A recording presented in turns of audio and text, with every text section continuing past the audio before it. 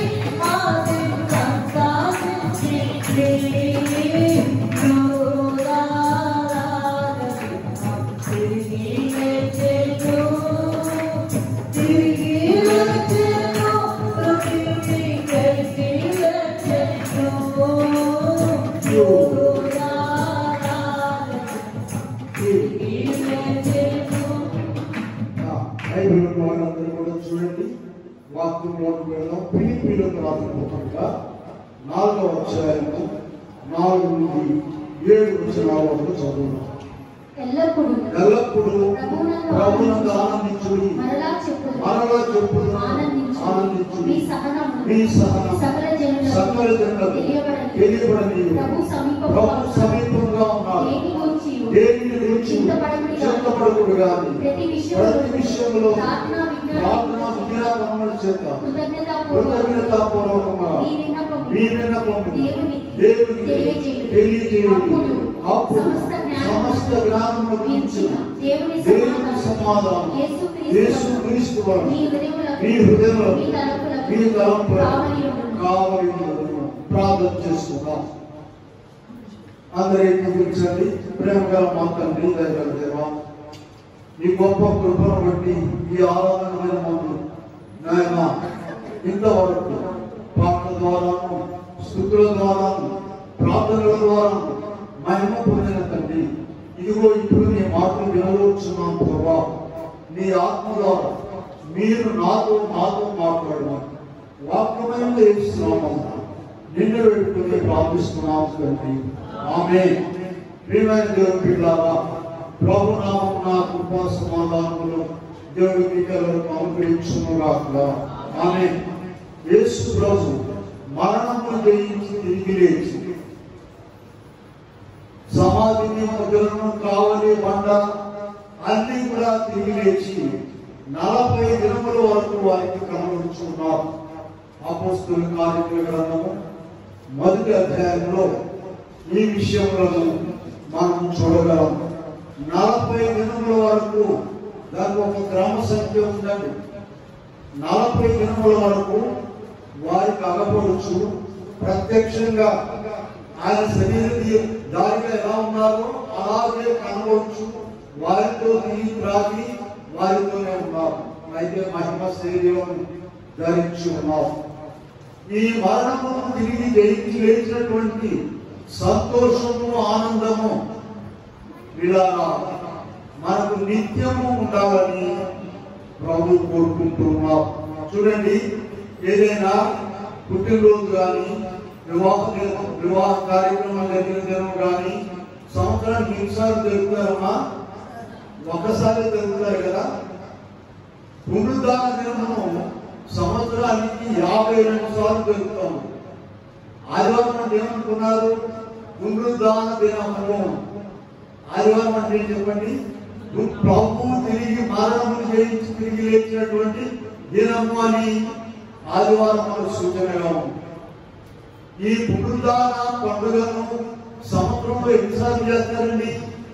52 సార్లు మనం గుర్తుపెట్టుకోవాలి. ప్రతి వారం కూడా ఆయన మరణం జయించి తిరిగి లేచాడు అనేటువంటి సంతోషం ఉండాలి. ఇదే మనం చెప్పుకునే వాక్యము దాదాపు మన అందరికీ తెలుసు. మందిరంలో కండ వాక్యం ఇచ్చారు, గుర్తుగా మీకు. ఎల్లప్పుడూ ప్రభువును ఆనందించుడి. పౌలు గారు ఒకసారి చెప్పింది చాలక ఏం చెప్తున్నాడంటే మరలా చెప్తున్నాను. ఇటువంటి వాక్యాలన్నింటినీ కూడా మనము 5వ పుస్తకంలో పొందుపరుస్తున్నాం కనుక వాటిని ఒకసారి మరలా రివైజ్ చేస్తున్నాం. వాక్యం ఎన్నిసార్లు అయినా వినవచ్చు. ఈ వాక్యము అన్ని రోగాలకు మందు, అన్ని సమస్యలకు పరిష్కారము, అన్ని చిక్కులకు పరిష్కార మార్గము.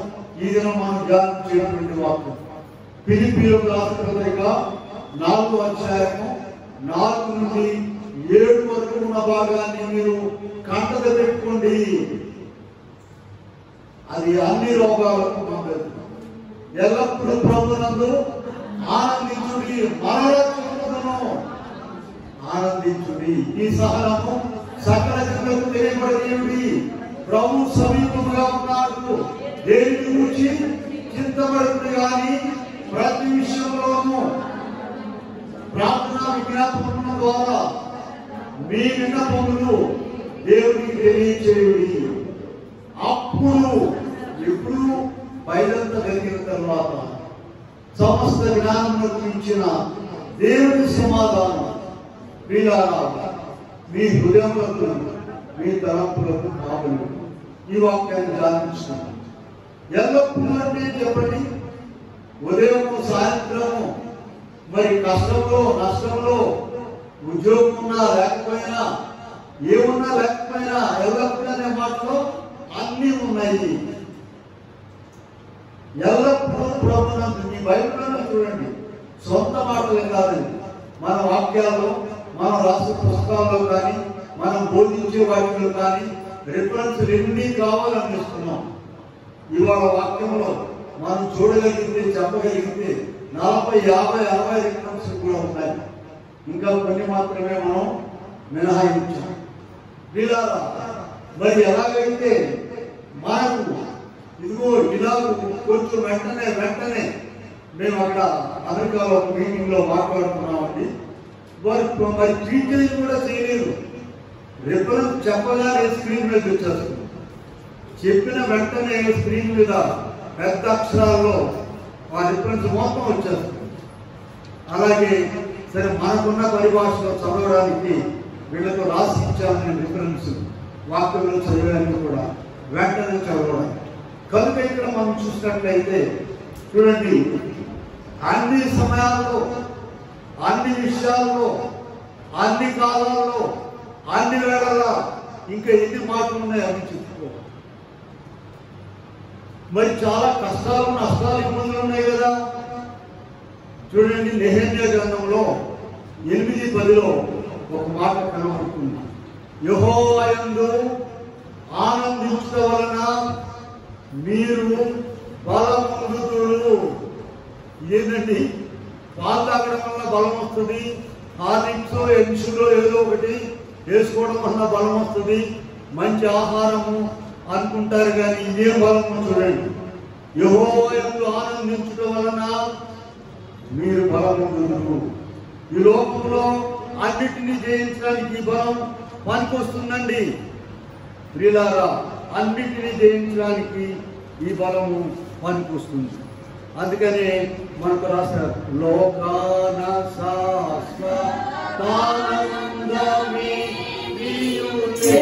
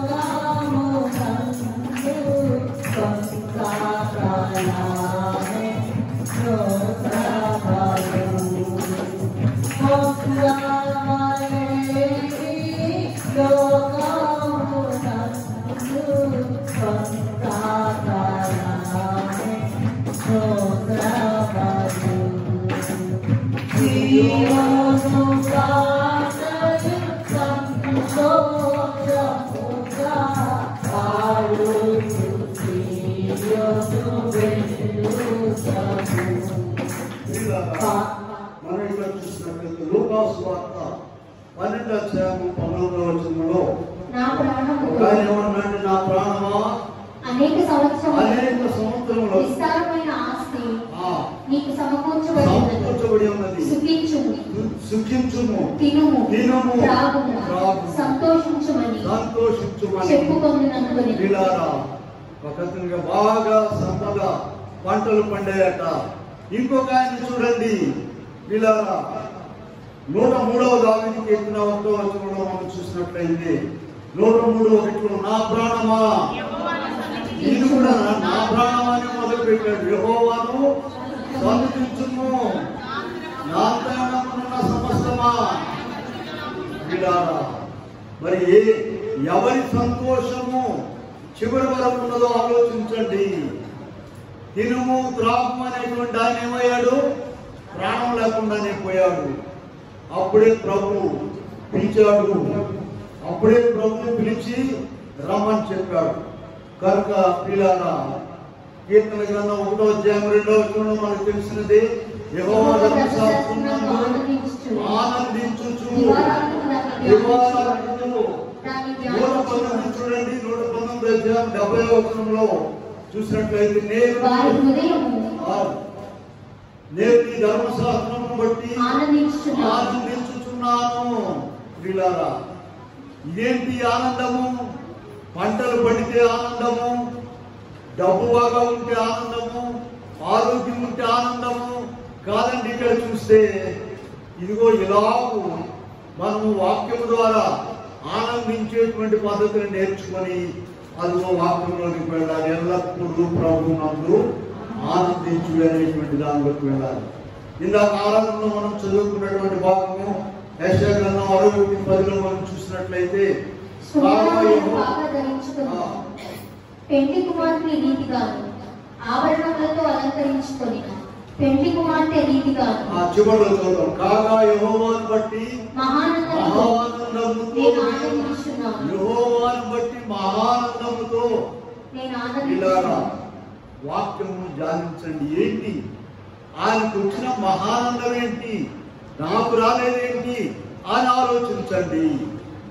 ఆయనకు వచ్చిన మహానందం ఏంటి, నాకు రాలేదేంటి అనేటువంటి మాటను ఆలోచించుకోనండి. వాక్యము జాగ్రత్తగా ధ్యానం చేస్తే మనకు అనేక విషయాలు కనబడుతూ ఉంటాయి. ప్రియులారా, యెషయా 61:10 చివరి భాగంలో ఏమో చూడండి, యెహోవాను బట్టి మహానందంతో నేను ఆనందించుతున్నాను అనేటువంటి మాట కనుక. అలాగే మనము కీర్తన గ్రంథంలో 16:11 కూడా చూద్దాం. చూడండి, జీవ మార్గము నీవు నాకు తెలియజేసేదవు, నీ సన్నిధి సంపూర్ణ సంతోషము కలదు, నీ కుడి చేతిలో నిత్య సుఖములు కలవు. వీళ్ళారా సన్నిధిలో సంపూర్ణ సంతోషం ఉన్నదట. ఇదిగో మనం అనుదినము ప్రతి ఆరాధన దినములోను ప్రార్థనలోను ఎందుకు మనం వాక్య ధ్యానం చేసుకుంటూ ఉన్నామంటే ఈ సంపూర్ణ సంతోషము కొరకి. దీని ద్వారా మనము ఎల్లప్పుడూ ప్రభునందు ఆనందించు అనేటువంటి దానిలోకి వెళ్ళాల్సి ఉంది. ఒకసారి హబక్కూకు గ్రంథంలోకి వెళ్దాం. చూడండి, 3వ అధ్యాయంలో చివరి ఉన్నటువంటి 17-18 వచనాల్లో మనం చూసినట్లయితే, అది అంజూరపు చెట్లు పూయకుండినను, ద్రాక్ష చెట్లు ఫలింపకపోయినను, ఒలీవ చెట్లు కాపురేకుండినను, చేనులోని పైరు పంటకు రాకపోయినను, గొర్రెల దొడ్డిలో లేకపోయినను, సాలలో పశువులు లేకపోయినను, నేను యెహోవా యందు ఆనందించెదను. నా రక్షణకర్త అయిన దేవుని యందు ఈ వాక్యాలు ప్రియులారా రాసి భద్రపరిచి 2000 కంటే ఎక్కువ భాషల్లో రాసి మాటలు ఇచ్చారు. వీటిని చదివేటప్పుడు మనం లోకంలో ఉన్న వాటి మాదిరిగా చదువుతున్నామా? అసలు ఈయన సంగతి ఏంటి? వ్యవసాయదారుడు ఎందుకు ఆయన ఇన్ని నష్టాలు జరిగినా కూడా యెహోవా ఎందుకు ఆలోచిస్తున్నాడు? ఆయన కాళ్ళు ఎట్లా ఉన్నాయంటే చెప్పండి, నా కాళ్ళను ఆయన లేడి కాళ్ళ వలె చేసి ఉన్నత స్థలముల మీద ఉంచుతారు. మనకే కనుక అన్ని నష్టాలు జరిగితే మన కాళ్ళు ఎట్లా ఉంటాయమ్మా? దోమల కాళ్ళు లాగా అయిపోతాయి. దోమ కాళ్ళు ఎంత ఉంటాయో తెలుసా? అట్లా అయిపోతాయి ఒక దెబ్బ. ఇక్కడ ప్రభువునందు ఆనందిస్తున్నారు. మత్తయి సువార్తలో కూడా చూస్తే 5వ అధ్యాయంలో 11-12 వచనాల్లో, నా నిమిత్తం జనులు నిందించి మీ మీద అబద్ధముగా చెడ్డ మాటలు పలికినప్పుడు మీరు ధన్యులు, సంతోషించి ఆనందించుడి. ఎంత గొప్ప సంగతి! మీరు ప్రార్థనకి వెళ్తున్నారుగా, మీరు క్రైస్తవులుగా ఎట్లున్నారేంది, సినిమా యాక్టర్లాగా లేని వారంగా అక్కడే మొదలైపోతుంది. ఏదమ్మా ఒక సినిమాలో హీరోయిన్ గా యాక్ట్ చేయలేదండి, ఎన్నాడు ప్రార్థనకి వెళ్ళి అని నన్ను అడిగేదనుకో వెంటనే ముందుకోవాలి. అలా కాదు, నీ ఆనందం సంతోషం బయటికి రావాల్సిందే. వీళ్ళారా ఎవరో దారిపై కూర్చుని లెగవలేని ఒక మాట మాట్లాడితే కృంగిపోకూడదు. అదే ఇక్కడ మనం నేర్చుకోవలసినటువంటి ప్రియారా. ఇక్కడ చూడండి, లూకా సువార్తలో 16వ అధ్యాయంలో ప్రభువుకు ఉపమానం చెప్పుకున్నారు. 20-25 చూస్తే ఇక్కడ ఇద్దరు కనపడుతున్నారు. లాజరు అనేటువంటి వారు ఇద్దరు ఉన్నారండి. ఎవరికి సంతోషం ఉన్నదో చూడండి. లాజరు రూపులతో ఉండి ధనవంతుని పడినటువంటి రొట్టె ముక్కలు తినుచూ ఉన్నాడు. ఈ భాగాలు ఎప్పుడైనా ధ్యానం చేశారా? ఎందుకు మనం అటువంటి స్థితిలో లేము, లేకపోయినా కూడా ఎందుకు దుఃఖము మనకున్నది అనే దాని గురించి మనము ఆలోచించవలసి ఉన్నది. అందుకనే ఈ మాటను కంటలు పెట్టుకోవాలని చెప్పామంటే సంఘానికి ఎల్లప్పుడూ ప్రభువునందు ఆనందించుడి. మరలా చెప్పుదును, ఆనందించుడి. అపోస్తలుల కార్యక్రమంలోకి వెళ్దాం. చూడండి, 16వ అధ్యాయంలో 25వ వచనంలో పౌలు శీలను బాగా కొట్టి చెరసాలలో వేశారు. గాయములనేది ఊరికే చప్పుడు దెబ్బలు కాదని కొట్టింది, గాయాలు అయిపోయినాయి. మీరు ఆ భాగంలో తర్వాత చూసుకుంటే అయితే వాళ్ళు మధ్యరాత్రులు ఏం చేస్తున్నారంటండి? పౌలు సీలలు దేవుని ప్రార్థించు కీర్తనలు పాడుచున్నారు. జైల్లో ఉన్నటువంటి మిగతా వాళ్ళంతా ఆనందిస్తున్నారు. మిగిలిన వాళ్ళందరేమో బాగా తిని, ఆ జైల్లో కూడా ఎన్ని సౌకర్యాలు ఉంటాయో తెలుసా మీకు? టిఫిన్లు, భోజనాలు, వేడి నీళ్లు, చన్నీటి ట్యాప్. నేను ఒకసారి ఆ జైల్లోనే చూశాను. ఉద్యోగులకు హైదరాబాద్ దిగేటప్పుడు ఒక జైలు అధికారి పరిచయం అయ్యాడు చర్చిలో. సరే, ఆయన ఒకసారి మా జైలు చూద్దరు రండి అని కబురు చేస్తే వెళ్ళాం. వెళ్ళి చూస్తే అబ్బా ఎన్ని సౌకర్యాలండి. మిగిలిన వాళ్ళందరూ కూడా తిని హాయిగా పడుకుని ఉన్నారు. దెబ్బతిన్న వాళ్ళేమో. అప్పుడు నేను కూడా ఆయన అడిగానండి, మమ్మల్ని కూడా జైల్లో పెట్టండి. ఎందుకని? మంచి సౌకర్యాలు కనపడుతున్నాయి. ఉద్యోగం లేక రూమ్ లేదు, తినడానికి తిండి లేదు, ఇక్కడే హాయిగా ఉంది. ఆయన చాలా పెద్దగా నవ్వి అట్లా కాదు ఇండియా అని చెప్పారు. కనుక ఇక్కడ ప్రియమైన వాళ్ళ అపోస్తలుల 16:20 మధ్యరాత్రి వేళ ఏం చేస్తున్నారు మీరు చెప్పండి? పాటలు పాడుతూ ప్రార్థన చేస్తున్నారు. ఇటువంటి భాగాలను ఆలోచించి మనము ఏం చేయాలి చెప్పండి? ఎల్లప్పుడూ ప్రభునందు ఆనందించుని అనే భాగంలోకి రావాలి. ఇంకా అపోస్తలుల కార్యంలోని ఇంకొక మాట చెప్తాం చూడండి. 5వ అధ్యాయంలో 40 కూడా చూద్దాం. 5వ అధ్యాయం మాటకు సమ్మతించి అపోస్తలులను పిలిపించి కొట్టించి యేసు నామమును బట్టి బోధింపకూడదని ఆజ్ఞాపించారు. విడుదల చేసి యేసు నామమును బట్టి బోధించవద్దని ఆజ్ఞాపించి కొట్టించి పంపించారు. వాళ్ళట మమ్మల్నిగా కొట్టారయ్యా అని సంతోషపడుచూ వెళ్ళారట. ప్రియులారా, దొంగతనం చేసిన వారిని కొడతారు, అబద్ధమైన వారిని కొడతారు, అక్రమం చేసిన వారిని కొడతారు. కానీ ఇక్కడ ఎవరిని కొడుతున్నారు చెప్పండి? ప్రభువు నమ్ముకొని ఆయన నామం ప్రకటించిన వారు. కనుక ఇక్కడ మనం చూసినట్లయితే అన్ని సమయాల్లో, తర్వాత భాగంలో అనుకుంటాం, అన్ని సమయాల్లో మనం ఆనందించాలి. మీ సహనము సకల జనులకు తెలియబడనియండి. ఒక్కొక్క మనిషికి ఒక్కొక్క రకమైన పరిస్థితులు ఉన్నాయండి. ఒక్కొక్క ఇంట్లో ఒక్కొక్క రకమైన పరిస్థితులు. మత్తయి సువార్త 10వ అధ్యాయంలో 22వ వచనంలో ప్రభు మాట చెప్పుకున్నారు, అంతము వరకు మీరు నా నామము నిమిత్తము అందరి చేత ద్వేషింపబడుదురు, అంతము వరకు సహించిన వారు రక్షింపబడును. అంతము వరకు ఇందులో అనేక రకాలు ఉన్నాయి. ఎవరికి ఉండేటువంటి బాధ వారికి ఉన్నది. చివరి వరకు కూడా ప్రభు నామం విడిచిపెట్టకుండా, సన్నిధిని విడిచిపెట్టకుండా చివరి వరకు కూడా ఆయన ప్రేమ కలిగి ఆయన విషయంలో మనం సహించాలి. మొదటి కొరింథీ పత్రికలో 13వ అధ్యాయంలో ప్రేమ గురించి రాస్తూ అక్కడ 4వ వచనంలో ఒక మాట చెప్పారు, ప్రేమ దీర్ఘకాలము సహించును. కనుక ప్రియులారా, ఆ దేవుని ప్రేమతో మనము నింపబడి ఉన్నట్లయితే దీర్ఘకాలము సహించడానికి వీలవుతుంది. కొలస్సీ పత్రికలో కూడా మనం చూస్తే 3వ అధ్యాయం 13వ వచనంలో ఎవరైనా తనకు హాని చేసినని ఒకరు అనుకుని ఒకరినొకడు సహించుచు క్షమించుచు క్షమించిన ప్రకారం ఆయన మనల్ని క్షమించిన ప్రకారం మనము కూడా క్షమించాలని ప్రభు కోరుకుంటున్నారు. యాకోబు పత్రికలోకి వెళ్దాం. ఒకసారి మనం చూస్తే ఇక్కడ యోబు గారి విషయము జ్ఞాపకం చేస్తున్నారు. యాకోబు పత్రికలో 5వ అధ్యాయం 10-11 వచనాల్లో చూస్తే, సహించిన వారిని ధన్యులను కొనుచున్నాము కదా. మీరు యోబు యొక్క సహనమును గురించి వింటిరి. ఆయన ఎంతో జాలియు కనికరమును గలవాడు. వీళ్ళారా, యోబు గారి గురించి మనం చెప్పాల్సిన పని లేదు. చివరి వరకు కూడా సహించాడు.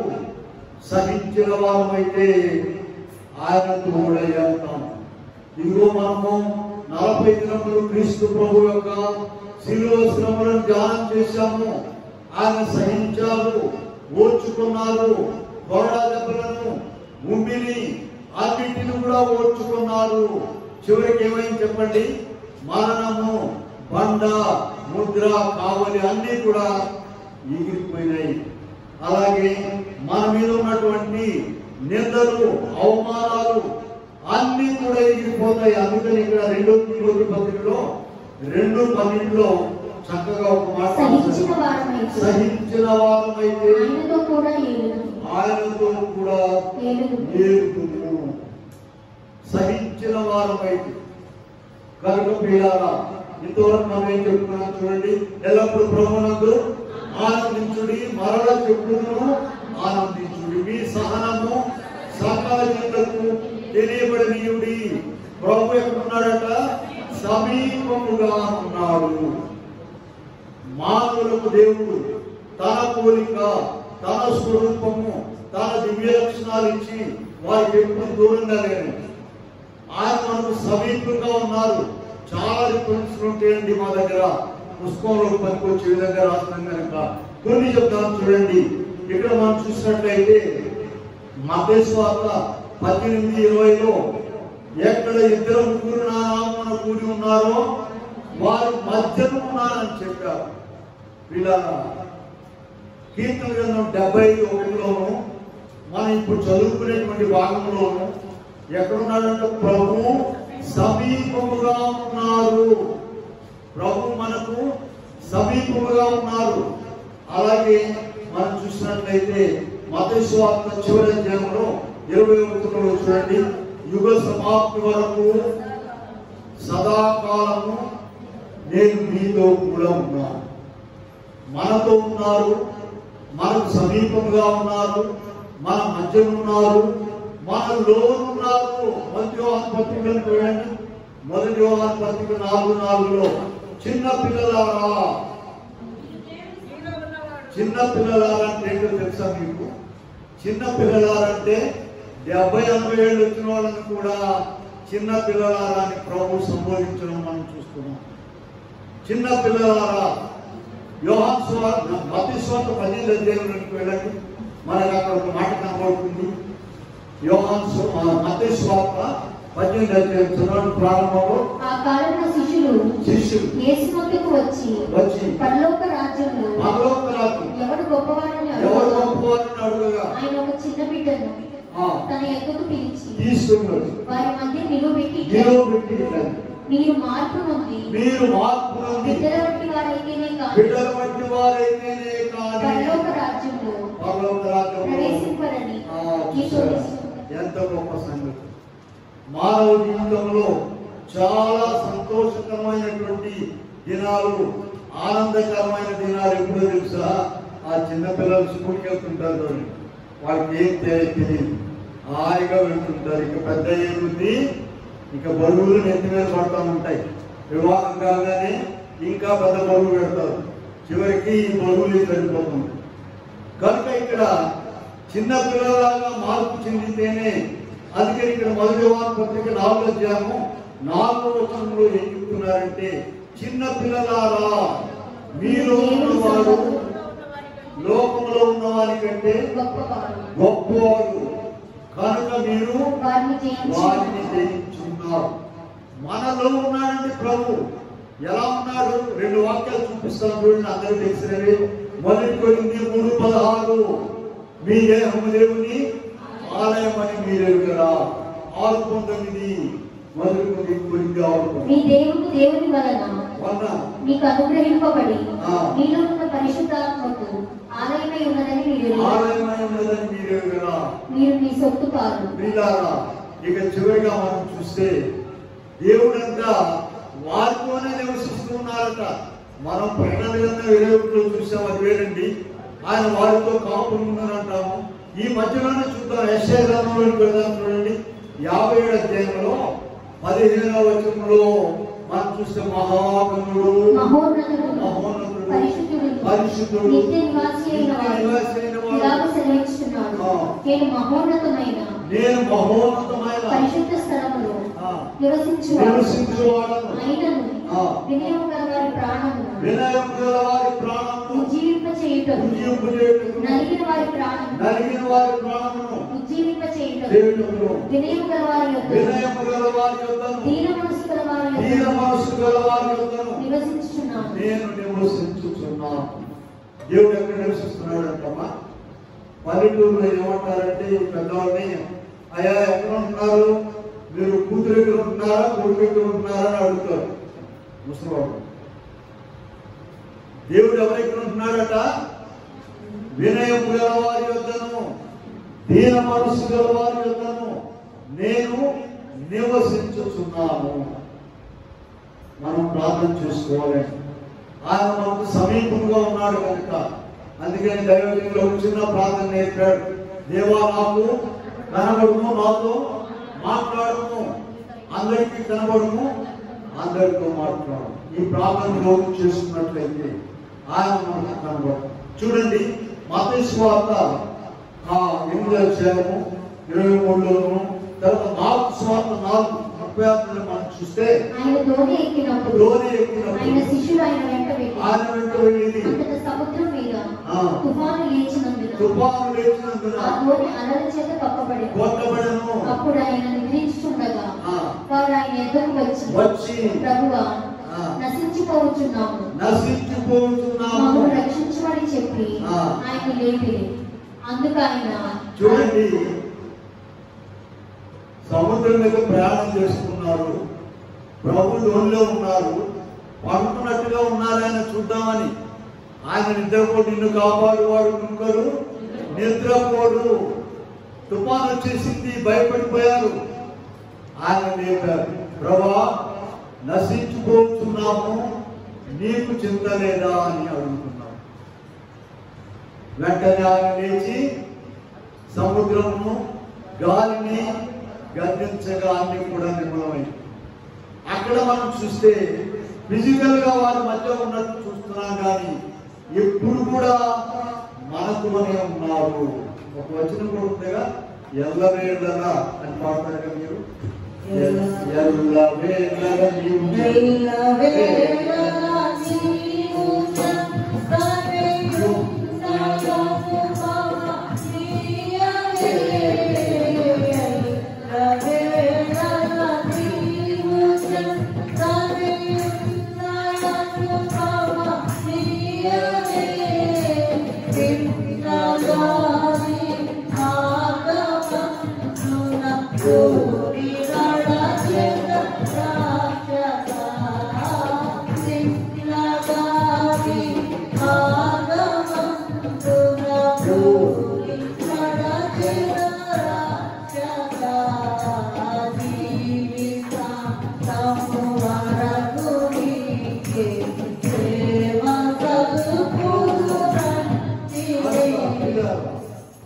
దేనిని గురించి చింతపడకుడి.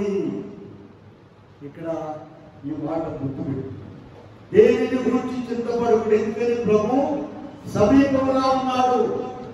ఇంకా మీరు మొదటి పేతురు పత్రిక 5వ అధ్యాయంలో 7వ వచనంలోకి వెళ్ళినట్లయితే ఆయన మిమ్మును గురించి చింతించుచున్నాడు కనుక మీ చింత యావత్తు ఆయన మీద వేయుడి. మన టెక్స్ట్ భాగాన్ని మర్చిపోవాలండి. ప్రభు సమీపంగా ఉన్నాడు, దేనిని గురించి చింతించకుడి. ఆయన మనలను గురించి చింతిస్తున్నాడు. వీళ్ళు ఏమైపోతారో, నరకానికి పోతారో లేదో, మోక్షానికి వస్తారో లేదో అని ఆయన బాధపడుతున్నారు. కనుక మన చింత అంతా కూడా ఆయన మీద వేయాలి. అందుకని మన ప్రసంగాలన్నింటిలో ఒక మాట దగ్గర తీసుకొస్తాను. ఏంటో తెలుసా?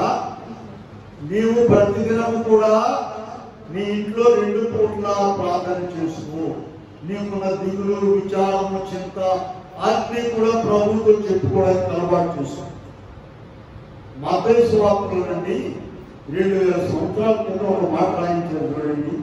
25 నుండి 6వ అధ్యాయము 25 నుండి 28 వరకు చూస్తే, ఏది తిందుమో ఏది త్రాగుదుమో నీ ప్రాణమును గూర్చేనను ఏమి ధరించుకుందుమో అని నీ దేహమును గూర్చేనను చింతింపకుడి. ఇక్కడ ఏమి తిందుమో ఏమి త్రాగుదుమో అని ఎవరంటే ఆలోచించేది? డబ్బు లేని వాళ్ళు, ఆహారం లేని వాళ్ళు, పేదరికంలో ఉన్నవాళ్ళు అనుకుంటాం మనం. ప్రియులారా, బాగా సమృద్ధిగా ఉన్నది, అన్ని బాగా ఉన్నాయి, అంత బాగానే ఉంది, పెద్ద ఇల్లు ఉన్నది, షుగరు బీపీ ఉంది, ఏం తింటే ఏమొచ్చుద్దో, ఏం తింటే ఏమొచ్చుద్దో, ఏమి తిందుమో ఏమి త్రాగుమో. వీళ్ళెవరండి? రెండో వర్గం వాళ్ళు ఎవరు చెప్పండి? ఒక డాక్టర్ గారు మన బెంగళూరు వెళ్ళినప్పుడు రోజంతా తిరిగాడు మాతో. ఆయనకి 85 ఏళ్ళట. సరే హోటల్కి వెళ్దామండి, పొద్దు నుంచి ఏం తినలేదంటే ఏం ప్రశ్న వేసాడండి, ఏం తింటామండి ఏంటన్నా, ఏం తింటామండి? ఎవరైనా ఎవరస్తులను పరిశీలిస్తే హోటల్కి వెళ్ళి తిందామని అంటే పదంట పెట్టింది ఏదో వరగొడ్లు వేసినట్టు వేసి వస్తారు. వాళ్ళకేం ఇబ్బంది లేదు. దేవుడు వాళ్ళకి ఆహారం ఇచ్చారు, ఆరోగ్యం ఇచ్చారు, బలం ఇచ్చారు, శక్తి ఇచ్చారు. ఇది ముందు పెట్టడమే ఆశ్చర్యం, లాగించారు. ఇప్పుడు ఇక్కడ ఏమొచ్చింది? ఏమి తిందుమో ఏం తింటే అయ్యా పంచదార వేసారా దాంట్లో పాటలు రాపండి, జీడిపప్పు వేసారా ఆపండి, కొలెస్ట్రాల్ ఒక రోగం కాదండి. ఏమి తిందుమో ఏమి రావు. ఆ వాక్యం ఏనాడు రాశారో కానీ అందరికీ మనకు వస్తుంది. కనుక ఇప్పుడు ఈ చింతలన్నీ కూడా ఎక్కడ పోతాయి చెప్పండమ్మా? దేవుని సన్నిధిలో పోతాయి. దానియేలు గ్రంథంలో వచ్చినట్టు 3వ అధ్యాయం 16వ వచనంలో రాజుతో ఇలా చెప్పారు, రాజుతో ఏమంటున్నారు చూడండి. నెబుకద్నెజరు ఇందును గురించి నీకు ప్రత్యుత్తరం ఎవరైనా చింత మాకు లేదు. మేము సేవించు. చూడండి, అగ్నిగుణాన్ని 7 రెట్లు పెంచేశారట. వాళ్ళని అందులో వెళ్ళిపోతున్నారు. వాళ్ళు రాజుగారికి ఏం జవాబు చెప్తున్నారు? నీకు జవాబు చెప్పాలని చింత మాకు లేదు. అదండి భక్తి. వీళ్ళ అటువంటి భక్తిలో అందుకే రోమాపత్రికలో 8:38లో అవరో పెద్దలు విశ్వాసనండి, మరణమైనను జీవమైనను దేవదూతలైనను ప్రధానులైనను ఉన్నతైనను రాబోవునైనను క్రీస్తు ప్రేమ నుండి మనలను పూర్తిగా నమ్ముచున్నాను. కనుక ఇక్కడ మనం చూసినట్లయితే ఏ మాట చెప్తున్నాం? ఇక్కడ దేనిని గురించి చింతపడకుడి. తర్వాత మాట్లాడుతాం. ప్రతి విషయంలోనూ ప్రార్థన విజ్ఞాపనముల చేత కృతజ్ఞతాపూర్వకముగా మీ విన్నపములు దేవునికి తెలియచేయండి. ఎప్పుడు? అందుకని దానికి ఒక సమయం పెట్టుకున్నాం. రాత్రి పడుకునేటప్పుడు ప్రత్యేకంగా భోజనం అంటే చేస్తారమ్మా? అయినట్టు పోయినట్టు నిలబడి తింటారా? చెప్పండి. దానికి ఒక ప్రత్యేకంగా ఏర్పాటు చేసుకొని భోజనం చేస్తారు. అలాగే ప్రార్థన కూడా ప్రత్యేకముగా ఏర్పాటు చేసుకోనండి. అన్ని విషయాలు ప్రతిరోజు 2 పూట్ల అన్ని విషయాలు ప్రభు చెప్పుకునే అలవాటు చేసుకున్నాం. కానీ ప్రతి విషయంలోనూ కష్టంలో, సంతోషంలో, ఇబ్బందిలో, వ్యాధిలో అన్నింటిలో కూడా ఒక్కటే మాట, ప్రభు చెప్పుకున్నారా, ప్రభు చెప్పుకున్నారా అనేటువంటి దాన్ని ప్రశ్నించుకోవాలి. మా అమ్మగారు చిన్నప్పుడు చెప్పిన మాట గుర్తు.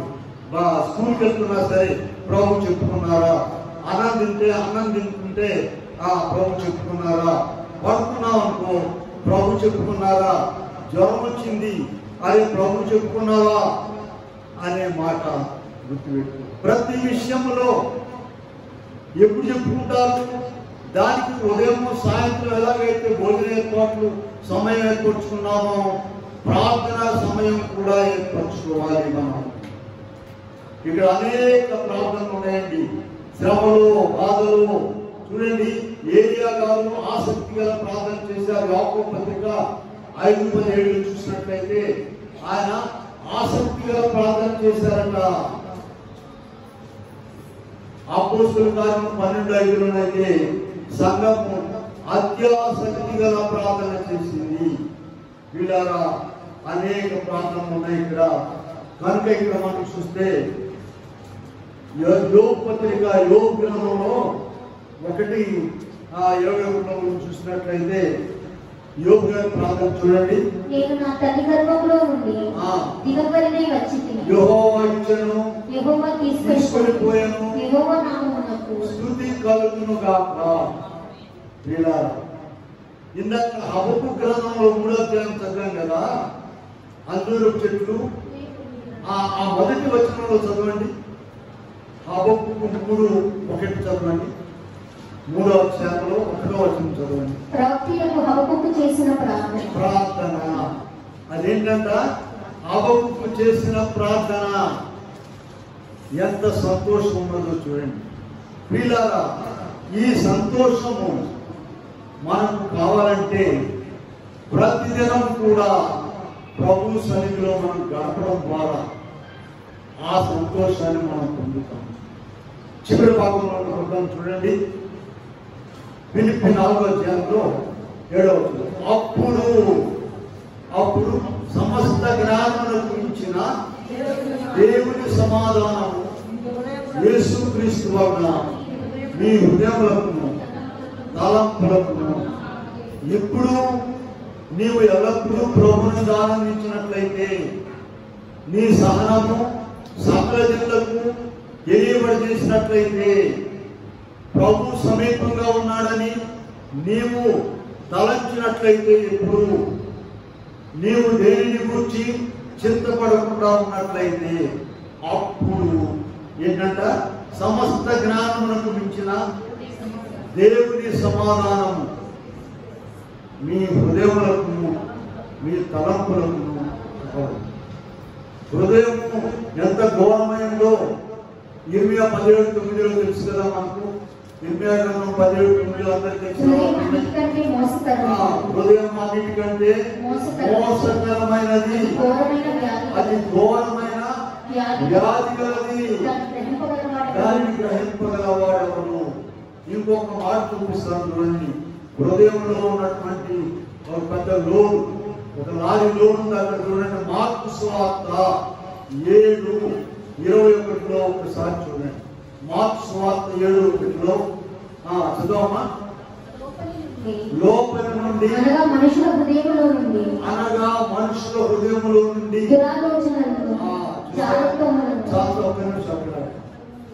7:21 లోపలి నుండి అనగా మనుషుల హృదయములో నుండి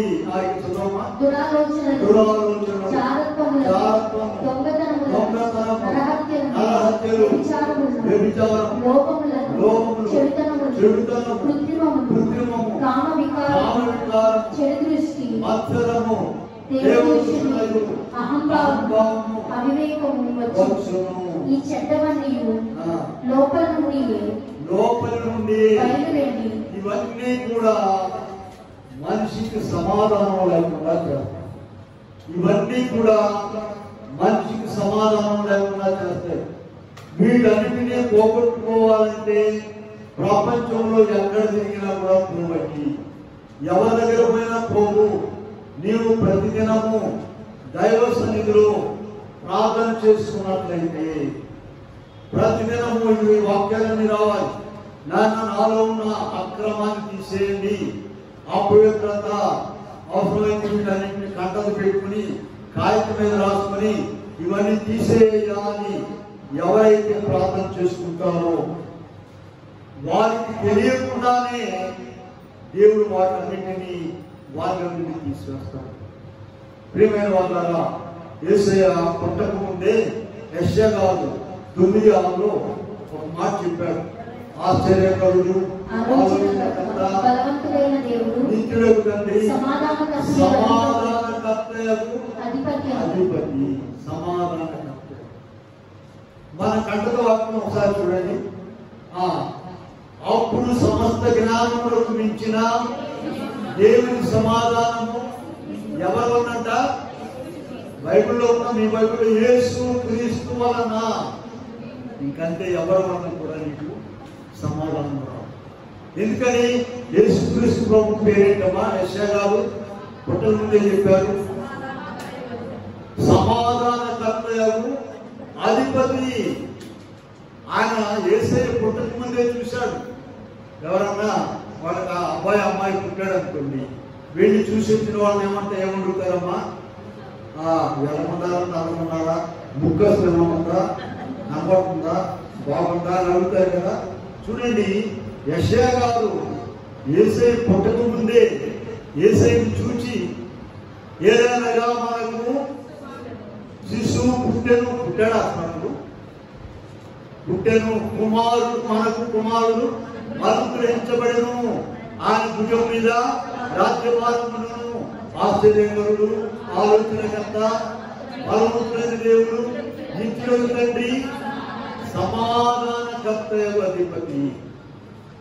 అందుకని ఇక్కడ పౌలు గారు మరలా చెప్పి ఏమంటున్నారంటే, యేసుక్రీస్తు వలన మీ హృదయములకును మీ తలంపులకును కావలి.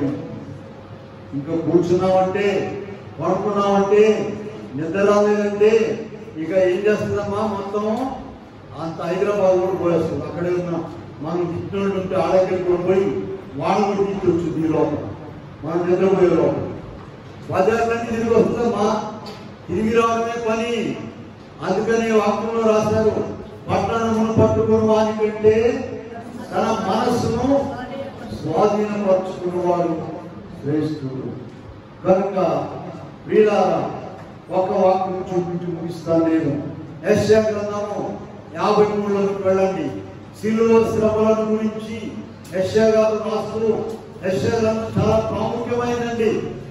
పుట్టిన దగ్గర నుంచి రాశారు. శిలువ శ్రమలు మరణము జయించిన సంగతి కూడా రాశారు. ఇక్కడ 53:5లో చూడండి, మన అతిక్రమ క్రియలను బట్టి అతడు గాయపరచబడెను, మన దోషములను బట్టి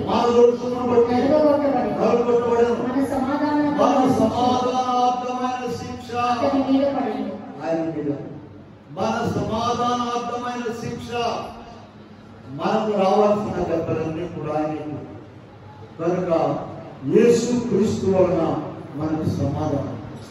అందుకని ప్రతిదినం ప్రియులారా చదువుకున్నట్లయితే వాక్యం చదువుకొని ప్రార్థన చేసుకోండి. ఒళ్ళు చేసినా చేయకపోయినా గొప్ప నెమ్మది సమాధానం ప్రోగిస్తారు. ఇదిగో ఈ వాక్యము సర్వరోగ నివారణ అని చెప్పాము. చాలా మంది అప్పచెప్పుకున్నారు ఈ వాక్యాన్ని. ఎల్లప్పుడూ ప్రభునందు, అందరూ చెప్పండి, అందరూ అప్పచెప్పుకున్నాం. ఎల్లప్పుడూ ప్రభునందు ఆనందించుడి, మనలో చెప్పుకున్నాము ఆనందించుడి, మీ సహనము సకల తెలియబడి ప్రభువు సమీపంగా ఉన్నాడు. దేని గురించి చింతపడుకు కానీ ప్రతి విషయంలోనూ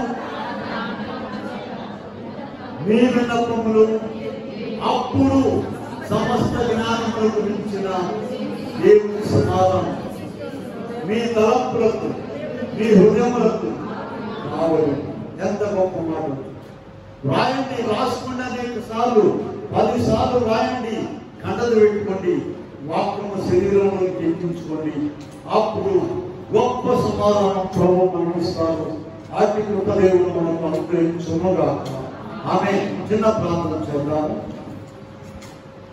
ప్రేమగల మాత్రమే దయగల మనుషులు నెమ్మదిగా ఉండాలి, బ్రతకడానికి, ఆనందించడానికి. ఇలాగా సంతోషము సగం బలం అని చెప్పారు ఊళ్ళో. వాళ్ళకు ఉందో లేదో కానీ ఆ సంతోషం నీ ద్వారానే వస్తుందని ప్రభా. కనుక ఇలా నీ అందరూ సంతోషించి నేను వాక్యం ఏర్పరిచినటువంటి ఆ నిత్య సంతోషంలో నీకు ప్రభావం రాకుండా మేము వెళ్ళాలని కోరుతున్నావు. ఇటువంటి మాటలన్నీ కూడా మాకు ఇచ్చిన తండ్రి నీకే వందనములు, స్తుతులు, స్తోత్రములు చెల్లించు.